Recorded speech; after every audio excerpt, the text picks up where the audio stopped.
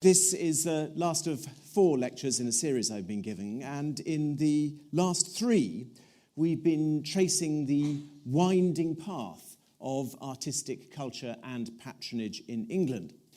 We started with the Tudors, and we saw the way that in Tudor England, what we call art today was admired for its ingenuity and its costliness, rather than what we might today consider its artistic value. Easel painting was a very minor element in the royal and aristocratic interior. Everybody much preferred textiles and plate as a way of decorating their houses. Then England, isolated from Europe by religion and war during the Elizabethan period, was reconnected with the mainland after peace with Spain, which was brought by James I, and this allowed a small number of very rich aristocrats close to the crown to participate in collecting Italian and in particular Venetian painting. But the artistic interests of the royal family and court were esoteric for most people and lacked any wider impact. Things began to change after the Restoration, as easel paintings suddenly became more available. People began to buy paintings on a large scale to decorate their houses. But in the 40 years or so after the Restoration, the interests of the elite were wide-ranging and essentially were what we, I suppose, would today call scientific. Portraits and landscapes were amassed for pleasure and decorative effect, but they didn't form deliberate assemblages, what today I suppose we would call art collections. So, sort of in summary of my first 3 lectures, in the 16th and the 17th centuries, the communities who were interested in what we call art and who invested in it were essentially in the circle of the court, and the people who were not in this gilded circle looked to the court for guidance on artistic matters. The crown was actually very much in the lead of fashion. And even for a monarch like Charles II, for whom cultural patronage was a minority interest, the court was the undisputed leader of fashion. Last time I described how Charles II had patronized Antonio Verrio at Windsor Castle, creating an architectural and artistic model that was followed by the aristocracy in their houses for the ensuing 40 years. Well, this evening we are going to follow the decline of the cultural influence of the court. After 1700, for a period of more than a century, leadership of high artistic culture left the monarchy, the court, and the palaces, and it rooted itself amongst the aristocracy and the upper commercial classes. As I explained last time, these people had already come to regard knowledge of painting and sculpture as a mark of gentility. But after 1700, and definitely after 1720, it was these people who were setting the fashion rather than following it. Now, the rapid decline of the cultural influence of the monarchy was paralleled by a shift in political power from the crown to the aristocracy. And it was epitomised, I think, perhaps more than anything else, by the state of the crown's principal royal residence in London. In 1698, Whitehall Palace, which you see a plan of here, the seat of the English monarchy since 1536, burned down. It might have appeared to the casual observer a sort of ramshackle conglomeration of buildings, but it was symbolically the heart of the nation, then perhaps also as now. It was big, it was famous, it was impressive, but it was now just a pile of rubble. William III, and then much more decisively Queen Anne, moved the headquarters of the monarchy to St. James's Palace that you see here. Now, of course, a sovereign's principal residence conveys messages about their power and their cultural positioning. This is why Louis XIV, for instance, spent so much money on creating Versailles. The British monarchy, after 1714, was based at St. James's, and there's no doubt that this building was pretty unimpressive. The problem was that it was never designed to be an impressive symbol of the monarchy or of the nation. It was built, quite simply, to safeguard the monarch's children, and as such, never had a principal public facade. There was thus, I think, a gulf between any national or international understanding of a palace and the reality of this modest building, which had been converted to undertake a magnificent task. When the German aristocrat Baron Bielefeld visited George II's court at St. James's in 1741, he thought it a lodging house, crazy, smoky, and dirty. In 1823, the Morning Post stated bluntly that, I quote, "The outside will never look like a royal palace until the brick walls have been covered with a stone facing ornamented with pillars and porticos." The following year, an MP said in the House of Commons that, and I quote, "St. James's Palace looks more like an almshouse than a kingly residence, and it's a disgrace to the country." Although these voices were raised against St. James's by Britons who'd travel abroad and thought St. James's a pale reflection of the might of the British crown, there were others that saw it as an appropriate constitutional expression of the monarchy's role. When the poet and diplomat Matthew Prior was shown around Versailles by one of Louis XIV's household officials, he was asked whether William III's achievements were celebrated in English royal houses. Prior piously proclaimed that, I quote, "The monuments of my master's actions are to be seen everywhere but in his own house." In response to criticisms by St. James's by Baron Bielefeld, the translator of his letters, a man called William Hooper, sprang to the defence of St. James's. He thought, and I quote, "The glory of the monarch consists not in a handful of tinsel courtiers or in expensive and pompous festivals, but in the ease and affluence, the freedom, the dignity, and the happiness of his people." These people were, he reflected, these people were reflected, he thought, in the royal crown, which was given lustre far superior to what he called the blaze of the court of an absolute monarch. So for him and for many of his contemporaries, absolutism was expressed in brick, stone, and oil paint. Matthew Prior thought Versailles the foolishest thing in the world, where he thought Louis XIV was shown galloping in every ceiling. St. James's, in this view, could thus be seen as the ideal expression of limited monarchy, as constituted after 1689 and the Bill of Rights. The Georgian monarchy, ensconced for ceremonial purposes at St. James's, displayed an architectural carapace that was, in fact, deliberately understated. George I, who had some interest in cultural matters but disliked ceremonial and courtly formality, rejected Sir John Vanbragh's plans for replacing St. James's, his plans for extending Kensington, and for finishing what William III had started at Hampton Court. Even when George I was offered the means of financing a complete rebuilding of Whitehall by the creative financial genius of Sir Robert Walpole, he didn't take up the offer. Instead, he supported extremely modest alterations and adaptations at Kensington and Hampton Court.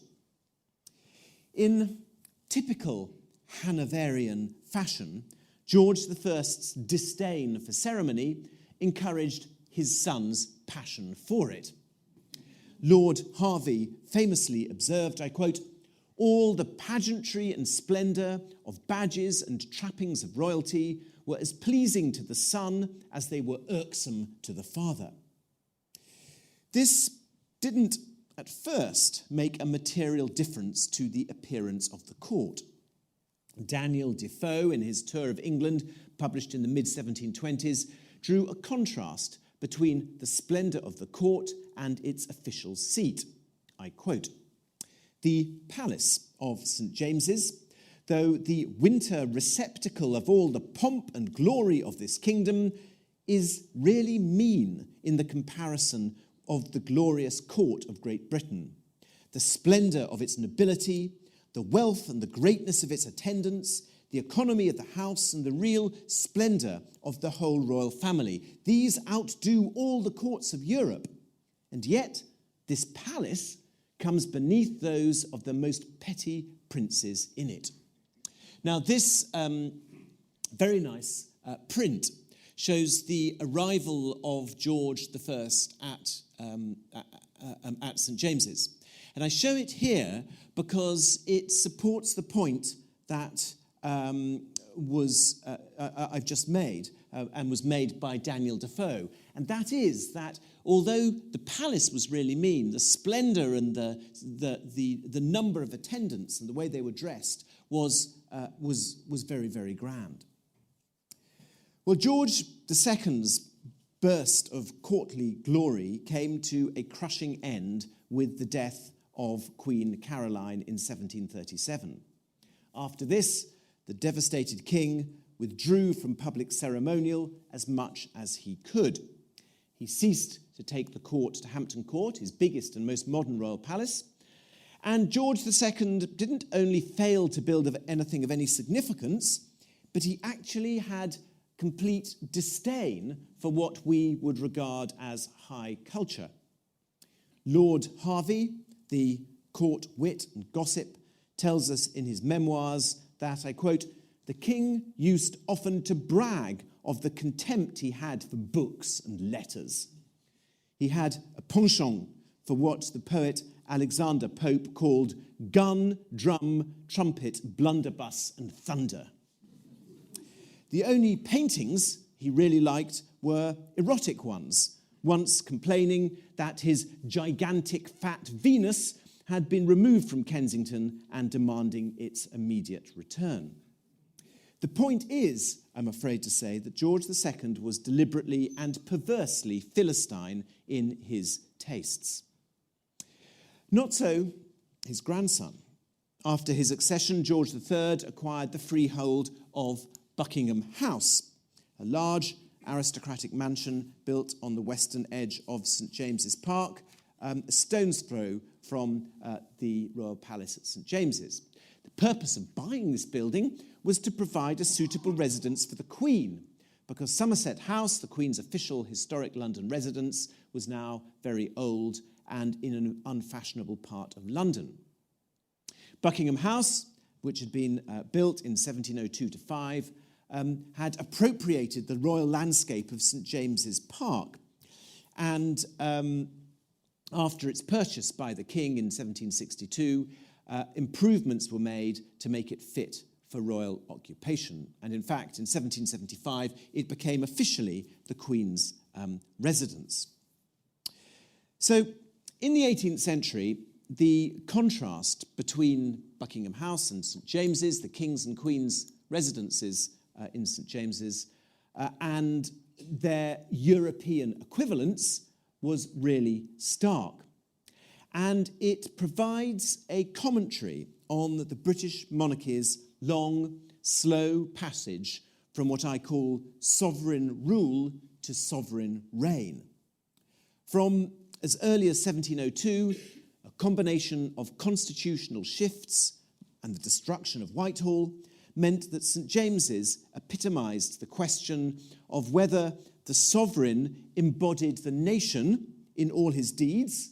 In France, you'd say l'état c'est moi, or just embodied the ceremonial part of the nation. In the former state, when the sovereign embodied everything, You'd expect the sovereign's residence to be of great magnificence. In the latter, when the sovereign's only embodying the ceremonial part of government, the residence should be suitable only to the needs of the royal family. And so, from the accession of Queen Anne till the accession of Queen Victoria, a period of 134 years, St. James's was the representation in brick and stone of the political and constitutional debate over the role and powers of the monarchy. Some felt it a national disgrace, others the appropriate home for a constitutional monarch. Now, what, of course, is astonishing about all this is that while Queen Anne, the sovereign of a nation which was rapidly emerging as the most powerful in the world, lived at St. James's Palace, Parliament was paying for the construction of a Baroque palace covering 4 acres on a European scale for one of its courtiers. On the east gate of Blenheim Palace, which you see here, is an inscription which reads, "Under the auspices of a magnificent sovereign, this house was built for John, Duke of Marlborough, and his Duchess Sarah by Sir J. Vanbrugh between the years 1705 and 1722. The ancient royal manor of Woodstock, one of the greatest royal possessions, together with a grant of £240,000 towards the building of Blenheim, was given by Queen Anne and confirmed by an Act of Parliament. This extraordinary fact did not escape contemporaries. Daniel Defoe, who we've already heard from this evening, thought that the Dukes of Marlborough would never be able to afford to keep up such an enormous palace. He wrote, and I quote, "Nothing below royalty and a prince can support an equipage suitable to the living in such a house. And one may, without a spirit of prophecy, say that at some time or another, Blenheim will return to be, as the old Woodstock once was, the palace of a king." Well, as we know, Defoe was wrong, but he was making an observation which was increasingly made of the great houses of the aristocracy, and that is their princely nature. Princely, a word increasingly used to describe the houses of the nobility. Now, after 1688 and the Glorious Revolution, the aristocracy effectively took control of the government. They dominated the cabinet, the armed forces, the civil service, and through patronage effectively controlled the House of Commons. The aristocracy governed, and they were expected to govern. Unlike the aristocracy of France, they never became isolated from their communities. They were political, social, and crucially economic leaders of society, and very few people argued with that. After 1660, the size of the aristocracy grew. In 1658, the English peerage numbered 119.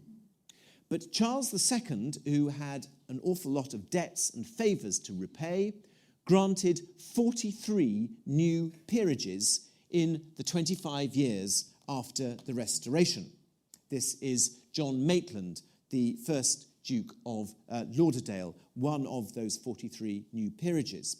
But I think even more importantly, Charles created dukes, like the Duke of Lauderdale, the highest rank, 14 of them in all.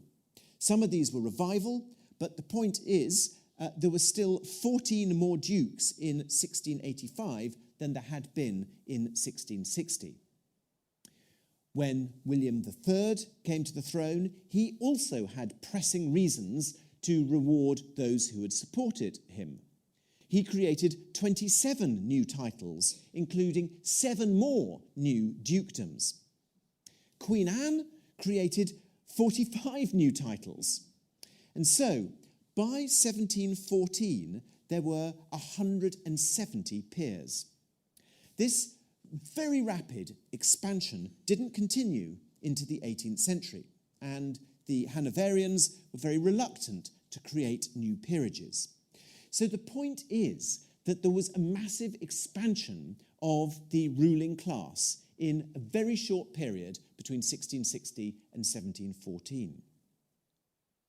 Now, the important point about this is that we have to remember that peers were expected to have an income sufficient to support the dignity of their position. In 1701, it was thought that a minimum income of £4,000 a year was appropriate for a viscount, and a minimum of £3,000 a year for a baron. Interestingly, Sarah, the Duke of Marlborough's wife, who's recently been given a rather alarming historical role in the movie The Favourite, if you've seen it, you know what I'm referring to, was very reluctant to accept a dukedom for her soldier husband, John Churchill, you see, here, because she thought that his income wasn't up to maintaining the status of a duke. And it was only when she was given a grant of £5,000 a year was she finally mollified. But the highest incomes were vastly higher than this.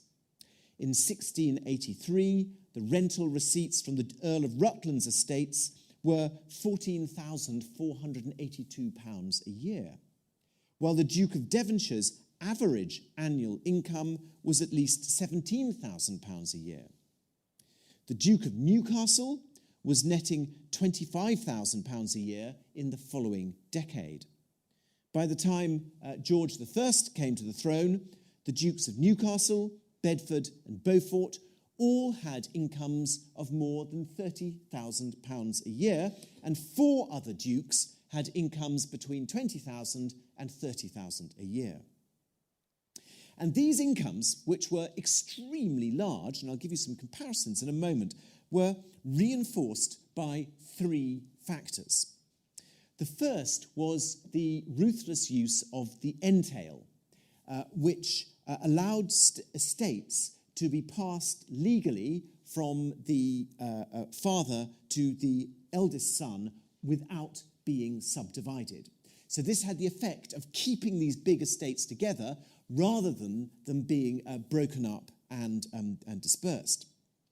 The second factor that reinforced these huge incomes were advantageous marriages, very often within the aristocracy, but also very judiciously organised with the wealthiest merchant classes, so bringing new money into these families and also consolidating the family's wealth and estates. And the third thing that happened was the very skillful use of acquiring debt, particularly in the form of mortgages, which were used to fund improvement and the expansion of estates. So these devices, the entails, the marriage, and the mortgages, magnified the returns from these aristocratic estates and consolidated their economic base. At the same time as both the numbers and the spending power of the nobility increased, the ability of the crown to spend on cultural projects rapidly declined. In 1689, soon after the accession of William and Mary, Parliament granted them £600,000 a year for their civil expenses. That is to say, as opposed to their military expenses, which Parliament would cover, the army and the navy. Previously, royal expenditure had been covered through a mix of the Crown's hereditary revenues and special one-off grants from Parliament. On the accession of George I, Parliament set what became known as the civil list, and they set it at £700,000 a year. That is to say, about 15% of the national budget. Of this £700,000 a year, 1/3 was immediately consumed by the royal household, and a further £100,000 a year was reserved for the Prince of Wales. Most of the rest went on the costs of running the national administration, the salaries of ministers, the costs of maintaining the judiciary and the diplomatic service. There was also the cost of maintaining the royal estates, the royal palaces, which included the Palace of Westminster. All these costs mounted up, and by 1720, the Crown was £600,000 in debt. Now, if you roughly average that out, it shows that the Crown was overspending by about £100,000 a year. Now, one of the key problems was the cost of the royal household, of the royal court. And here you see the costs of the royal household. You can see what I was saying under George I, so just over £250,000, but you can see how the cost of the household went up under George II to more like £325,000. This is an enormous sum of money. And since the Restoration, most aristocratic households had been rapidly scaling back their size. There were a small number of old-fashioned dukes that insisted on maintaining large-scale medieval hospitality, but most didn't. So the Duke of Chandos at Cannons was very unusual in having 92 servants.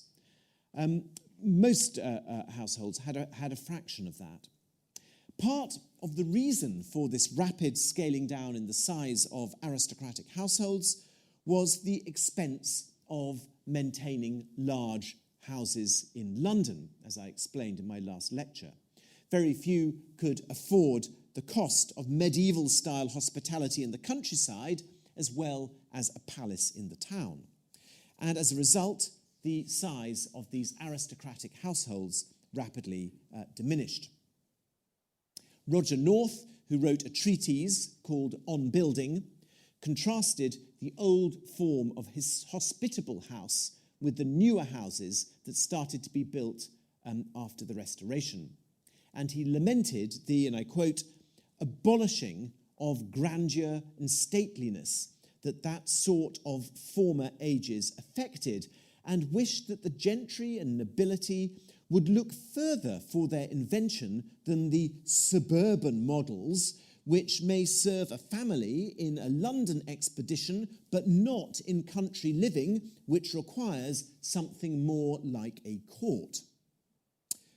But he, and few other critics who lamented the shrinkage in size of aristocratic households, were on their own, because aristocrats explicitly did not want their households to be like a court, as Roger North put it.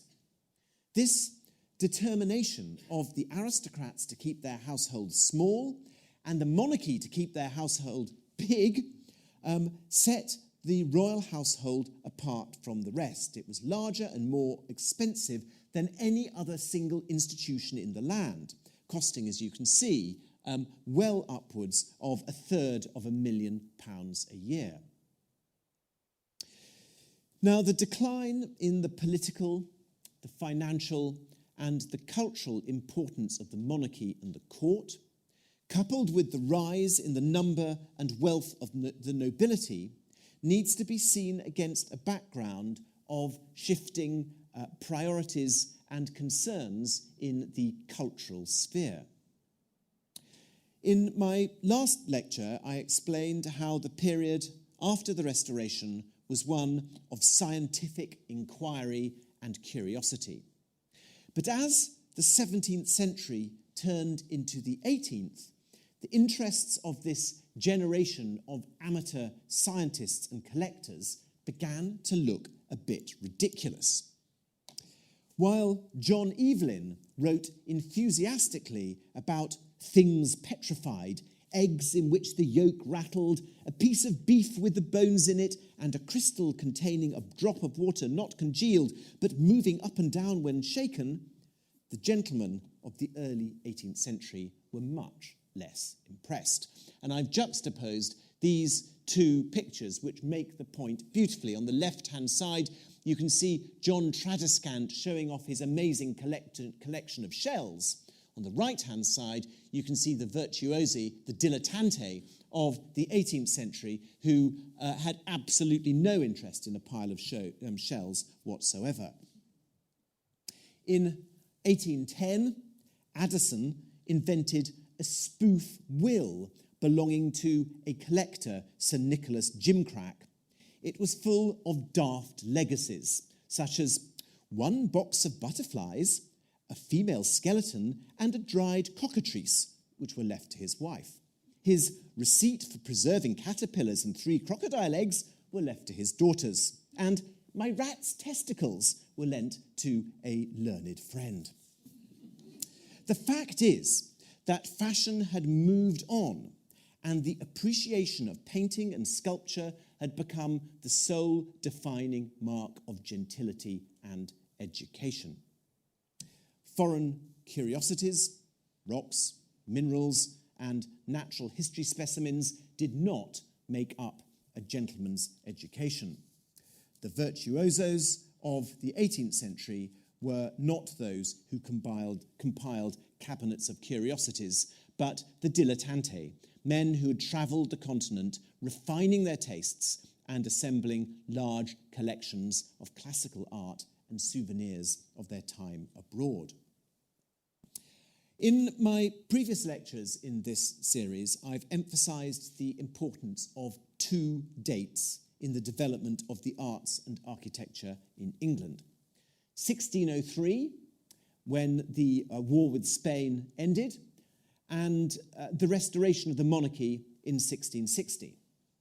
After both of these dates, the severed connections with Europe were re-established, and the English flooded over the Channel, causing changes in taste and fashion. Tonight, I want to introduce a 3rd date for you. Between 1702 and 1713, Europe was consumed by the War of Spanish Succession, making foreign travel extremely difficult for the English aristocracy. This war was brought to an end by the Treaty of Utrecht in 1713. And this treaty, exactly like the Treaty of London in 1603 and the Restoration of 1660, suddenly reopened Europe to British travellers. And it's really from this date that the Grand Tour proper begins. The travel of young aristocrats to the Low Countries and France and to Italy to acquire education and taste. And here you can see a group of young English gentlemen in Rome by the Colosseum and the Arch of Constantine, sitting down discussing the wonders of the classical world. Because you see, young men like this had had a classical education. And the Grand Tour took them to the very places which they had learnt about in their books back at home in their family houses. They saw monuments, they saw ruins, they met dealers, they saw painters, and they were accompanied by expert tutors who fed their interest and helped furnish them with souvenirs. Here is a wonderful portrait of Douglas, the 8th Duke of Hamilton, on the left, the young boy. He's on Grand Tour with Sir John Moore, the physician, on the right, and Moore's son, John. They are in Switzerland. Through the window, you can see a view of Geneva, and they stayed there for 2 years. So this is a very sort of typical site of the Union. You can see how young some of the grand tourists actually were. Now, if you are collecting two things are necessary as well as the urge to collect: the resources to do so and a plentiful supply of goods. Well, we've just seen how well placed the English aristocracy was to spend. These young men went on the grand tour, their pockets laden with cash. And here you can see groups of grand tourists here inspecting statues which they potentially are interested in buying, including this chap who's climbing up and poking the Venus de Milo by the looks of it. But as well as the wealth, they also needed the goods. And the years after the Treaty of Utrecht saw the ending of the great competitive collecting rivalries of the Italian families. Not only were the leading Italian ducal families no longer fighting for new acquisitions, they were actually willing and eager to sell some of the collections that they had previously amassed. But this was a hazardous path for the young English nobleman to follow. The continent was awash with fakes, botched-up sculptures, and bad paintings. Nevertheless, English lords managed to amass between them an astonishing quantity of fantastic painting and sculpture. So let's look just for a moment at Lord Leicester, an aristocrat who lived nowhere near Leicester, but possessed a giant estate in North Norfolk. He still does. Thomas Cook inherited his father's estate at the age of 10. And 5 years later, he became one of the first generation of young men to travel to peaceful Europe after the Treaty of Utrecht. 6 years later, in 1718, he returned to his estate at Holkham, and he began to build himself a magnificent house.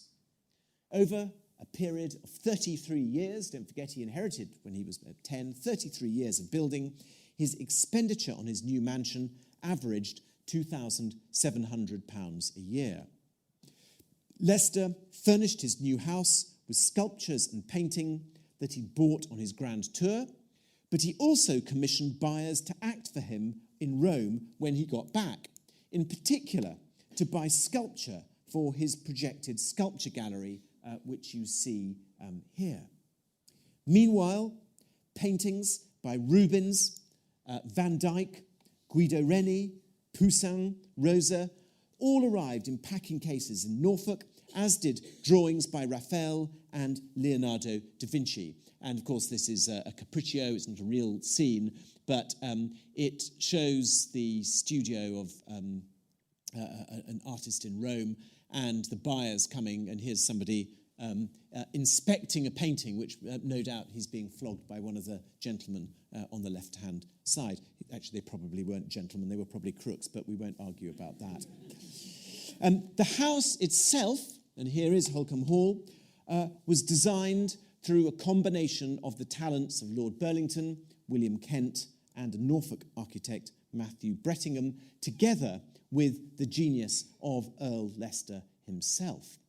They attempted to create the sort of country house that they believed an ancient Roman aristocrat would have enjoyed. Serious consideration was given to ancient sources, and its remarkable hard yellow brick that it's made out of was a careful match to Roman bricks that had been sent back from Rome and were copied faithfully in Norfolk. It's really hard to imagine that that is actually a brick building. The bricks are brilliantly made, but you have to remember there is no building stone in Norfolk, so he had no choice but to build it out of this brick, which was designed to look exactly like stone. And when he finished the job, he had himself carved by Roubiliac in the guise of a Roman patrician. This is how he saw himself. The interiors of the house were also carefully designed to evoke those of Roman houses. First using Vitruvius's descriptions, but then digging into the works of Inigo Jones, because Jones had used details from ancient Roman buildings and he'd combined them with features designed by 16th century Italian architects. Leicester, Burlington and Kent looked at buildings like the Queen's House in Greenwich and the Banqueting House in Whitehall, which they took many references from. And you can see here the way that this building has this inspiration from Rome. And the important point, which I'll come on to in a moment, but I just want to mention it while this screen is up, is that they were looking to Roman public buildings for their inspiration. Of course, no actual Roman house looked anything like this, but these are the remains that they saw in Rome, which were all remains of Roman public buildings. Now, crucial in the development of this new type of Roman-inspired interior were Lord Burlington, the Scottish architect Colin Campbell, and William Kent. Lord Burlington's townhouse, Burlington House on Piccadilly, still partially there, and his suburban villa at Chiswick, entirely there, both strove to create interiors that were authentically Roman. The ceiling of the octagonal saloon at the centre of Chiswick House was modelled on one of the most famous buildings in Rome, the Basilica of Maxentius, while the apses in the gallery were modelled on the Temple of Venus and Rome. And this makes the point, or reinforces the point, that the models that were being followed were found in Roman public buildings rather than domestic ones. And at many other houses, and I'll just give you an example of one here, Houghton Hall, also in Norfolk, William Kent took control of interior decoration in a completely new way. No longer was oak panelling favoured for the grandest rooms. The grandest rooms were now stuccoed and painted in imitation of stone. And so here you have the hall at Houghton, in the centre of the building. This is stone, it's in Norfolk, it is stone, so incredibly expensive to build, given all the stone had to be brought from Northamptonshire. And you can see here the way that William Kent has plundered details from Roman public buildings and sort of applied them to the walls here to create his fantasy notion of the sort of house that a great Roman general or senator would have actually lived in. But of course, if such a person were magically to come back to life and walk into that room, they'd be utterly mystified by this concoction. This was a really dramatic change to the way great houses looked, because the oak panelling and dark paint gave way to these very light spaces, which were often enlivened with a touch of gilding. Less grand rooms might still be panelled, but here oak gave way to light painted softwood. This is the Long Gallery at Kensington Palace, redecorated by William Kent. The actual gallery was constructed by King William III. And in William III's time, all this joinery you see here and here, this was all unpainted oak, as was the chimney breast. The ceiling was painted white. So it had a very, very different feel. And what Kent does is modernizes the room. He paints a new ceiling. He paints the wood this light colour. He gilds it. He designs the frames for the great paintings on the wall and really transforms the appearance of the interior. At the same time, there were big advances in paint manufacture, and now ready-mix paint could be bought rather than to have to make it on site. And this helped spread the fashion of these standardized stone colours. But above all, these great houses were now a vehicle for displaying the paintings and sculpture bought on the Grand Tour. At a house like Holkham, which you see here, the paintings weren't just randomly dispersed, nor were they arranged in a sort of modern way by school, but they were conceived as part of the architecture of the room, and they were given frames that were designed by the architect. The iconography of the paintings was much more easily read than today, and subjects were grouped to create themes. The saloon at Holkham was hung with Roman subjects, which could be interpreted as a homage to Lady Leicester and her husband as defender of female virtue. And Holkham had an astonishing collection of classical sculpture. I've already showed you the gallery, but it also had this absolutely amazing library, which I happen to think, just by the way, is one of the most beautiful rooms in England. The sheer numbers of sculptures and paintings imported from Europe into England by the grand tourists will never be known exactly. But between the 1720s and the 1770s, around 50,000 paintings, 500,000 etchings and engravings were imported from Italy, France, and Holland.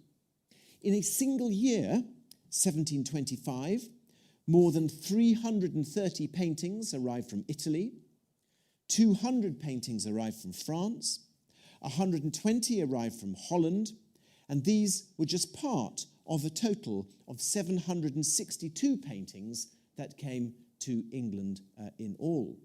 In the same year, 11,000 prints and engravings entered England from the continent. While George I and George II collected and built very little, the accession of George III was seen by some to be a sign that the monarch might again lead fashion and, perhaps into the bargain, build a palace worthy of the name of Britain. George had been taught architectural drawing by Sir William Chambers, and he was believed to be something of a connoisseur. And this was confirmed when, early in his reign, the king created the new post of Architect of Works, which was shared by the two most fashionable architects of the time, Sir William Chambers, who you see there, and Robert Adam. Not only this, but Chambers was, in 1761, Chambers was commissioned to design a new palace to be built at Richmond to replace the antiquated piles of Hampton Court and Windsor. And this is what he designed. It was to cost about £90,000, and it would have been about the same size as Holkham Hall. Work even began on this great project, which wouldn't have rivaled the great palaces of 18th century Europe, but would have at least put the English crown on a level with its own subjects. But this, like so many royal projects, floundered and fell, and the building, despite a dozen revisions to its design, was eventually abandoned. But the most extraordinary thing about George III's failure to complete Richmond Palace was that it was for what I think was a completely new reason. If you look back to the beginning of the 17th century, Charles I didn't build any palaces because he didn't have any money. Charles II had the money, but he died and didn't have the time. William III did build, but like Charles II, didn't live long enough to see the fruits of his labours. George I and George II weren't interested in building. So why didn't George III complete Richmond if he had the time, the money, and the money in the bank? Well, the reason seems to be that he just didn't have the enthusiasm or energy needed to drive the thing forward. So instead, he spent some £70,000 on remodelling Buckingham House in London, a more domestic and comfortable residence for his wife, which I showed you earlier. So what did become of architectural patronage in the Hanoverian era as far as the crown is concerned? Well, as the civil list was created, Parliament took control of the institutions of state. After the accession of George III, Parliament appropriated all civil expenditure, leaving the civil list only to pay for the expenses of running the monarchy. But from 1689, the institutions of state, especially the navy, were the responsibility of Parliament. And thus came about the two most important and spectacular architectural commissions of the 18th century. First, the Royal Hospital for Seamen at Greenwich, created out of the remains of a destroyed Tudor palace and an abandoned Stuart one. Ill-educated visitors travelling to London up the Thames must have mistaken it for a royal palace, and its magnificence must have led to an anticipation of an even more spectacular city centre royal residence, an expectation which, of course, was dashed when they finally saw St James's. And then there was Somerset House, made possible by the sale of the old royal palace to Parliament. This was a palace for civil servants, covering some 6 acres on the banks of the Thames. It cost Parliament some £462,000. These two buildings represented the triumph of the institutions of the state over the crown, just as decisively as the rise of the great country houses filled with the loot of the Grand Tour represented the triumph of the aristocracy over the monarchy. So with this, ladies and gentlemen, I want to finish. Over my 4 lectures this year, we followed a journey that, to us with the privilege of hindsight, seems inevitable, smooth, and interrupted. As your narrator, I've told a story with a beginning, a middle, and an end. But of course, what we have to remember is that, in fact, none of this was inevitable. The so-called Whig interpretation of history that charts the march of progress and sees the inevitable decline of the crown in favour of parliamentary supremacy was, in fact, not inevitable. But what it does is explain the unique landscape of 18th century Britain. A country adorned with enormous mansions of the aristocracy, furnished with the greatest art that money could buy, while the Georgian monarchs lived in old, run-down and unfashionable residences favouring military and rural pursuits.